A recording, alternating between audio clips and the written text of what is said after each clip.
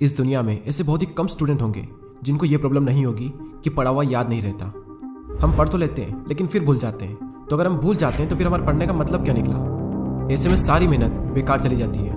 वैसे पहले मैं आपको बता दूं कि अगर आप पढ़ा हुआ याद नहीं रख पाते हैं तो इसका मतलब ये बिल्कुल भी नहीं है कि आपका दिमाग कमज़ोर है। सोचो अगर आपका दिमाग हर चीज़ को याद रखने लग जाए तो एक दिन में हमारे साथ में कितनी चीज़ें होती है। दिमाग का कचरा हो जाएगा अगर दिमाग सारी बातों को याद रखने लग जाए तो। वैसे हमारा मेन टॉपिक है कि हम पढ़ा हुआ याद कैसे रखें। अगर इस प्रॉब्लम का सोल्यूशन निकल गया तो आपको रिजल्ट भी बहुत ज़्यादा मिलेगा। पढ़ा हुआ सब कुछ याद रखना मुश्किल है लेकिन फिर भी काफ़ी हद तक हम इसे कंट्रोल कर सकते हैं, लेकिन पूरी तरीके से नहीं। मैं आपको 3 तरीके बताने वाला हूँ। अगर आप यूट्यूब और गूगल पर सर्च करोगे तो आपको कई सारी टिप्स मिल जाएगी, लेकिन ये जो टिप्स मैं आपको बता रहा हूँ ये मेरे पर्सनल एक्सपीरियंस से और काफ़ी रिसर्च करने के बाद मैं आपको बता रहा हूँ। आप यकीन मानिए कि ये 3 टिप्स इतनी ज़्यादा इफेक्टिव है कि इनको यूज़ करने के बाद आपका टाइम भी बचेगा और आपको रिजल्ट भी 2 गुना मिलेगा। तो पहला जो पॉइंट है वो है स्टडी लेस स्टडी गुड। भले ही कम पढ़ो लेकिन अच्छा पढ़ो। विल परेटो ने इस दुनिया को एक महान, जिसे कहा जाता है 80-20 का रूल्स। इन्होंने एक ऐसा नियम दिया जो कि दुनिया की हर वस्तु में हर जगह पाया जाता है। इन्होंने बताया कि आपके 20% एफर्ट्स आपके 80% रिजल्ट में कन्वर्ट होते हैं। इनका कहना है कि आप सिर्फ 20% चीज़ों पर फोकस करो, आपको 80% रिजल्ट सिर्फ इन्हीं से मिलेंगे। एग्जाम्पल के लिए विल परेटो बताते हैं कि दुनिया का 80% पैसा और जमीन इस दुनिया के 20% लोगों के पास में है। 80% क्राइम इस दुनिया के 20% लोग करते हैं। 80% ट्रैफिक इस दुनिया के 20% रोड पर होता है टाइम, और हम 20% कपड़े पहनते हैं। और इस दुनिया की 80% एल्कोहल यानी शराब इस दुनिया के 20% शराबी पी जाते हैं। 80% भोजन इस दुनिया की 20% जमीन से निकलता है। 80% बारिश इस दुनिया के 20% बादलों से होती है। इस दुनिया के 80% इन्वेंशन इस दुनिया के 20% साइंटिस्ट ने किए हैं। और सिर्फ यहीं तक नहीं, यही आंकड़ा हमारे अपने यूट्यूब चैनल पर भी लागू होता है। 80% वॉच टाइम उन लोगों से आता है जिन्होंने इस चैनल को सब्सक्राइब नहीं किया है। कहीं आप भी तो उन 80% लोगों में से नहीं हो।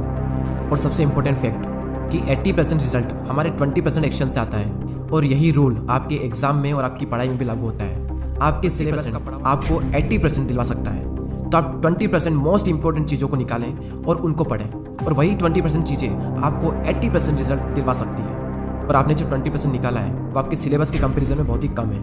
तो ये जो कम है ना, इसको बहुत ही अच्छे से करो। और यही था हमारा first point, study less and study good. दोस्तों, मैंने भी कई बार ये गलती की है कि जितना पढ़ना होता है उससे हम कई गुना ज़्यादा पढ़ते हैं, और इसका रिजल्ट ये होता है कि हमें जो याद रखना चाहिए वो भी हम भूल जाते हैं।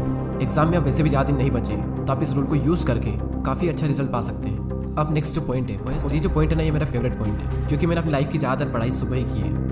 एक तरफ एक स्टूडेंट है जो सुबह जल्दी उठकर 2 घंटे पढ़ाई कर रहा है, और वहीं दूसरी ओर एक और स्टूडेंट है जो दिन में 4 घंटे पढ़ाई कर रहा है। तो ये जो पहला वाला स्टूडेंट है ये ज़्यादा आउटकम दे पाएगा दूसरे वाले के मुकाबले। सुबह जल्दी उठकर पढ़ने के 2 सबसे बड़े बेनिफिट होते हैं। सुबह के टाइम हमारी कंसंट्रेशन सबसे पीक स्टेट पर होती है, और सुबह के टाइम पे जो कंसंट्रेशन होती है शायद ही पूरे दिन में आपको वो कंसंट्रेशन मिल पाएगी। और सेकंड बेनिफिट ये है सुबह जल्दी उठने का कि सुबह कोई भी डिस्टर्ब करने वाला नहीं होता है।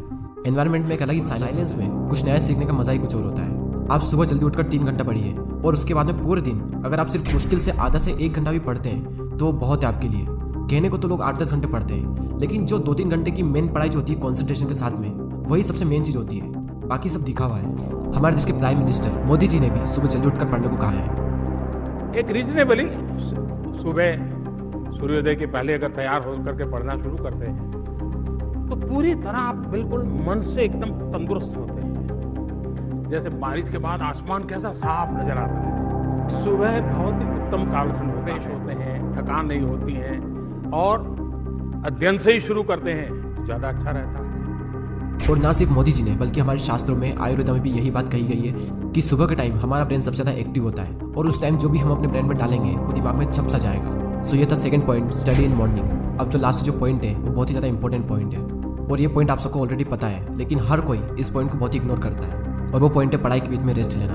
कुछ लोग होते हैं जो रेस्ट ही नहीं लेते हैं, और कुछ लोग ऐसे होते हैं जो बहुत लंबा रेस्ट लेते हैं, और इस बीच में कुछ लोग ऐसे होते हैं जिनकी पूरी जिंदगी रेस्ट लेने और एंड में वो खुद रेस्ट इन पीस हो जाते हैं। पढ़ाई के बीच में कितना रेस्ट लेना चाहिए ये मैं आपको नहीं बताने वाला, ये आप खुद तय करें अपने अकॉर्डिंग। आपको फिर से एनर्जी प्रोड्यूस करने के लिए कितना टाइम चाहिए ये आपको आपके अलावा कोई नहीं बता सकता। जितनी इंपॉर्टेंस हम अपनी पढ़ाई को देते हैं उतनी ज़्यादा इंपॉर्टेंस हमें रेस्ट को भी देनी चाहिए, क्योंकि रेस्ट ही वो चीज़ है जिसकी वजह से हम पढ़ पा रहे हैं। हम एक दिन में जागते भी हैं और सोते भी हैं। तो उसी तरीके से अगर आप काम कर रहे हैं तो काम के बीच में रेस्ट लेना भी बहुत ज़रूरी है। और हाँ, ये गलती बिल्कुल मत करना कि अगर आपका एक बार पढ़ाई में मन लग गया तो लगातार बढ़े जा रहे हैं, लेकिन बाद में एक टाइम ऐसा आएगा जब आपका बिल्कुल भी मन नहीं लगेगा रेस्ट लेने के बाद भी। जब एक बार पढ़ाई में मन लग जाता है तो हम इतना पढ़ते हैं कि हम अपने दिमाग को पूरी तरीके से थका देते हैं, और हालत ऐसी हो जाती है कि फिर से पढ़ने का मन ही नहीं करता। आपने पढ़ना शुरू किया, आपका मन लगा, अब थोड़ी देर बाद लेकिन आपको लगता है कि मैं भी और पढ़ सकता हूँ, तो उस फीलिंग को बनाए रखें और रेस्ट लें, और फिर दोबारा उसी फीलिंग के साथ में अपनी पढ़ाई शुरू कर दें। अगर आप चाहें तो आप पोमोडोरो टेक्निक का यूज़ भी कर सकते हैं। पोमोडोरो एक बहुत ही सिंपल टेक्निक है। आपको जो भी काम करना है उस काम को आपको 25-25 मिनट के 4 ब्लॉक्स में डिवाइड करना है और हर 25 मिनट के ब्लॉक्स में आपको 5 मिनट का ब्रेक लेना है और 1 घंटा होने के बाद में आपको 15 मिनट का रेस्ट लेना है और फिर से आपको यही सब करना है। और इस टेक्निक का यूज़ करके आप काफ़ी लंबे टाइम तक और काफ़ी अच्छे से स्टडी कर सकते हैं। और ना सिर्फ स्टडी बल्कि आप अपने किसी भी काम में इस टेक्निक को यूज़ कर सकते हैं। और इस टेक्निक को यूज़ करने के लिए प्ले स्टोर पर कई सारी एप्लीकेशन है, आपको जो भी अच्छी लगे वो एप्लीकेशन आप डाउनलोड। चलिए अब हम उन तीनों पॉइंट्स को एक साथ देख लेते हैं और ये भी देख लेते हैं कि हमने इस पूरी वीडियो में क्या सीखा। हमारा जो मेन टॉपिक था वो ये था कि पढ़ा हुआ याद कैसे रखें और उसके सॉल्यूशन के लिए हमने 3 पॉइंट्स देखे, जिसमें से पहला है study less study good, second है स्टडी इन मॉर्निंग और थर्ड है रेस्ट लेना। फर्स्ट पॉइंट में हमने 80-20 के प्रिंसिपल को समझा कि किस तरीके से आपको 80% रिजल्ट आपके अपने 20% काम से मिलेंगे। और साथ ही हमने ये सीखा कि आपको फोकस करना चाहिए अपनी 20% स्टडी पर जो आपको 80% रिजल्ट दिला सकती है। सेकंड पॉइंट था कि स्टडी इन मॉर्निंग, यानी कि सुबह उठकर पढ़ो। और इस पॉइंट में हमने देखा कि किस तरीके से आप जल्दी उठकर हाई कंसंट्रेशन वाली स्टडी। थर्ड पॉइंट है स्टडी के बीच में ब्रेक लेना। और इस पॉइंट में हमने रेस्ट की इंपॉर्टेंस को जाना। जितना इंपॉर्टेंट जागना होता है उतना इंपॉर्टेंट सोना होता है, उसी तरीके से जितना इंपॉर्टेंट काम करना होता है उतना ही इंपॉर्टेंट रेस्ट लेना भी होता है।